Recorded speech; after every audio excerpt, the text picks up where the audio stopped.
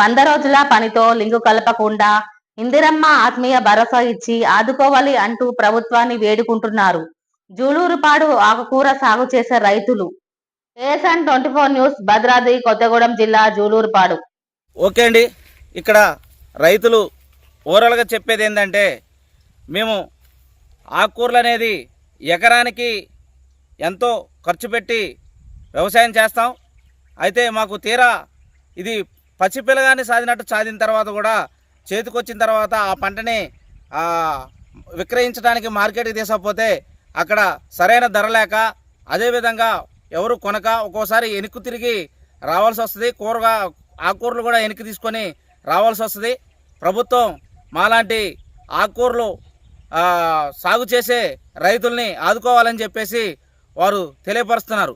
ASN 24 news, Bhadradri Kothagudem జిల్లా, జూలూరుపాడు మండలం. మీ పేరు? చిన్నకేసు గోపాలరావు, జూలూరుపాడు అండి. చిన్నకేసు గోపాలరావు, జూలూరుపాడు అండి. ఇప్పుడు మీరు ఈ ఆకుకూరలో ఎప్పటి నుంచి సాగు చేస్తున్నారు? ఎన్ని సంవత్సరాల నుంచి సాగు చేస్తున్నారు? 15 సంవత్సరాల నుంచి సాగు చేస్తుందండి. సాగు చేసిన కాంచి నెలవారీ రోజుకి 1000 రూపాయలు మిగులుతాయండి. కొత్తగూడెం మార్కెట్కి తీసుకుపోయినా కూడా కనీసం 1000 రూపాయలు కూడా మాకు వచ్చే ఆదాయం అయితే లేదు. మళ్ళీ మిగిలినా కూడా తీసుకొచ్చి ఇక్కడ పడేయడం అవుతుంది. గవర్నమెంట్ వల్ల మాకు ఏమైనా అనుకూలంగా అయితే ఇప్పుడు మీకు ఇది అంటే ఇప్పుడు మల్లు చేసి విత్తనాలు నాటుతారు కదా, ఈ మొక్క రావాలంటే ఎన్ని నెలలు పడుతుంది? ఈ చాకిరి ఏ విధంగా ఉంటుంది అది తెలపండి. నెలవారి పంట అండి. ఇది నెలలోపు మనం పసిపిల్లగాని చాదినట్టు సాదాలి. ఈ పంట నెల చేతికి వచ్చినా కూడా మార్కెట్కి పోయినా కూడా మనకు రూపాయి వచ్చే ఆదాయం అయితే లేదండి. దీనివల్ల గవర్నమెంట్ వల్ల మాకు ఏమన్నా అవకాశం ఇచ్చి రైతు భరోసా లాంటిది మాకు అనుకూలంగా చూస్తారని కోరుకుంటున్నాం.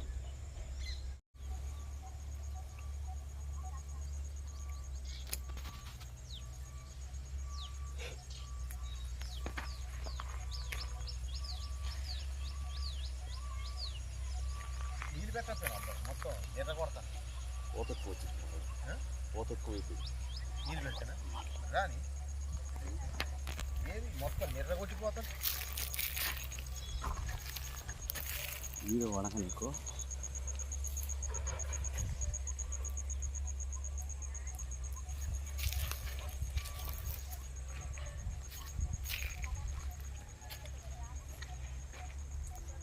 ట్వంటీ 24 న్యూస్, భద్రాద్రి కొత్తగూడెం జిల్లా, జూలూరుపాడు మండలం, జూలూరుపాడు గ్రామంలో ఉన్నాం. ఇక్కడ కొంతమంది రైతులు ఆకుకూరలు పండించి వాటిని మార్కెట్కి తీసుకెళ్ళి విక్రయిస్తున్నారు. మరి ఇది ఏ విధంగా సాగు చేస్తున్నారు? వాళ్ళకి ఈ ఆకుకూరల వల్ల లాభం వస్తుందా? వస్తే ఏ విధంగా వస్తుంది? ఇక్కడ రైతులు ఉన్నారు, వారిని కనుక్కొని వారి మాటలో తెలుసుకుందాం. For more updates, subscribe to our channel. Thank you so much.